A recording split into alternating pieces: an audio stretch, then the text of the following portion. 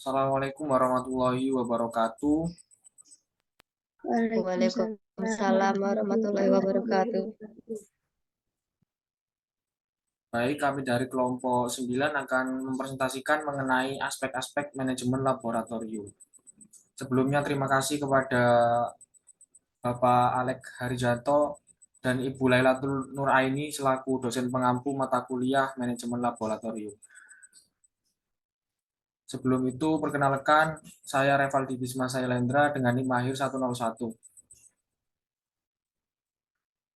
Dan rekan saya, Perkenalkan, nama saya Andrea Ninovit dengan NIM akhir 21. Saya Nadia Laila Sari dengan NIM akhir 104. Saya Renisa Kusmadewi dengan NIM akhir 103. baik, pada topik pembahasan presentasi kali ini terdapat pengertian laboratorium, kemudian perencanaan, penataan, pengadministrasian, pengamatan, perawatan, dan pengawasan.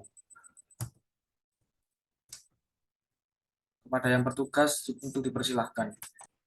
Yang pertama ada pengertian dari laboratorium. Apa itu laboratorium? Laboratorium adalah sebuah ruang atau fasilitas khusus yang dirancang untuk melakukan percobaan, penelitian, atau analisis ilmiah dalam berbagai bidang, seperti sains, ilmu pengetahuan, kimia, biologi, fisika, teknik, kedokteran, dan masih banyak lagi.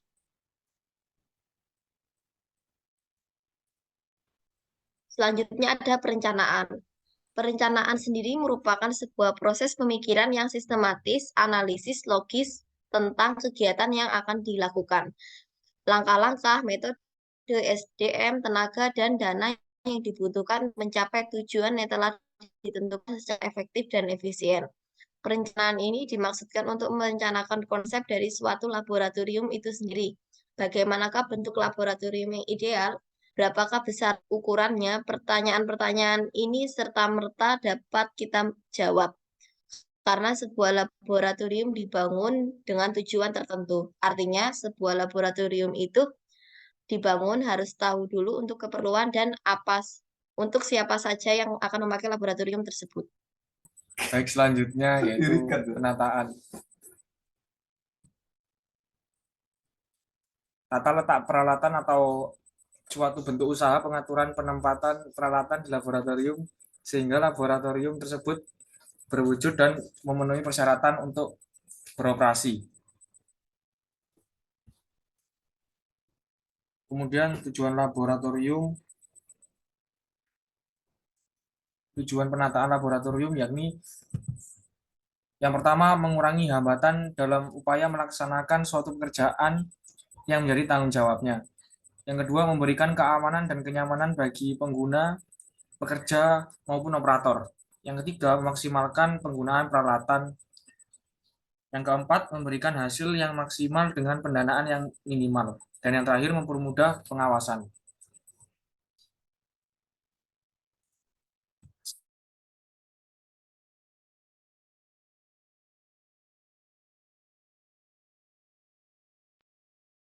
Selanjutnya yaitu pengelolaan. Pengelolaan laboratorium meliputi struktur organisasi di dalamnya.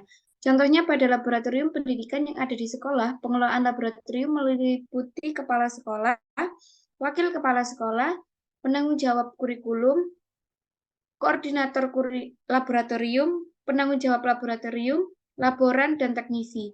Para pengelola tersebut tentunya memiliki peran yang berbeda. Kepala sekolah memiliki wewenang untuk memberikan tugas kepada pengelola laboratorium yang lain.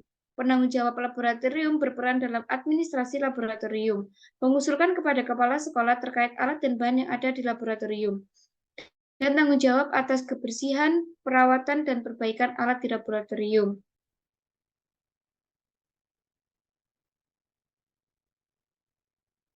Bisa di next. Pengadministrasian sering juga disebut sebagai kegiatan menginventaris. Inventaris adalah satu kegiatan dan usaha untuk menyediakan catatan tentang keadaan semua fasilitas, barang-barang yang dimiliki oleh sekolah. Menurut instruksi Mendikbud nomor 4 M tahun 1980 tentang tata pelaksanaan dan pelaporan hasil inventaris barang milik atau kekayaan negara di lingkungan Depdikbud. Maka ada beberapa daftar alat inventarisasi yang harus digunakan atau diisi. Di antaranya yaitu yang pertama ada buku induk barang inventaris, ada buku catatan barang inventaris, ada buku golongan barang inventaris, laporan triwulan mutasi barang, daftar isian barang, dan daftar rekapitulasi barang inventaris. Selanjutnya yaitu fungsi administrasi. Pada suatu kegiatan atau data milik organisasi perlu adanya administrasi, yang mana fungsi dari administrasi ini yaitu guna membantu organisasi untuk memantau dan senantiasa memperhatikan kegiatan atau data yang dimilikinya. Selain untuk memantau, administrasi juga dibutuhkan untuk melakukan evaluasi, misalnya evaluasi kebijakan, kegiatan rencana, atau hal lainnya. Maka dengan adanya administrasi, inilah yang akan mempermudah capaian dari adanya laboratorium itu sendiri. Baik, selanjutnya ya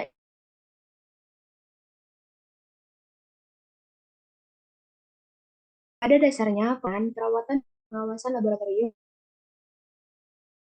tanggung jawab bersama baik pengelola maupun pengguna. Atur dan memelihara laboratorium merupakan upaya agar laboratorium selalu tetap berfungsi sebagaimana mestinya. Sedangkan upaya menjaga keselamatan kerja mencakup usaha untuk selalu mencegah kemungkinan terjadinya kecelakaan waktu bekerja di laboratorium dan penanganannya bila terjadi kecelakaan. Usaha yang dilakukan dalam memelihara kelancaran penggunaan laboratorium antara lain ada jadwal penggunaan laboratorium yang jelas, tata tertib laboratorium yang dilaksanakan dengan tegas, dan alat penanggulangan kecelakaan, yaitu diantaranya pemadam kebakaran, kotak P3K, dan lain-lain dalam keadaan baik dan dipahami. Selanjutnya yaitu sarana pengamanan yang diperlukan dan harus ditaati di hampir semua laboratorium, antara lain saluran air dengan keran dan shower, saluran gas dengan keran sentral, jaringan listrik yang dilengkapi dengan sekering atau pemutus arus, kotak P3K yang berisi lengkap obat, nomor telepon kantor pemadam kebakaran, rumah sakit, dan dokter, alat pemadam kebakaran yang siap pakai dan mudah dijangkau, dan juga aturan dan tata tertib penanggulangan kecelakaan. Baik, selanjutnya adalah kesimpulan. Seperti yang kita ketahui, mata pelajaran fisika merupakan cabang ilmu sains yang berkembang dari hasil pengamatan dan kegiatan eksperimen dalam laboratorium. Sehingga laboratorium ini erat kaitannya dengan pelajaran fisika. Ada dua hal yang harus ada dalam instansi pendidikan. Laboratorium merupakan sarana atau tempat dalam melakukan percobaan maupun kegiatan investigasi pada kegiatan ilmiah. Laboratorium juga tempat dilakukannya pengujian teori serta pembuktian dengan diadakannya praktikum atau uji coba.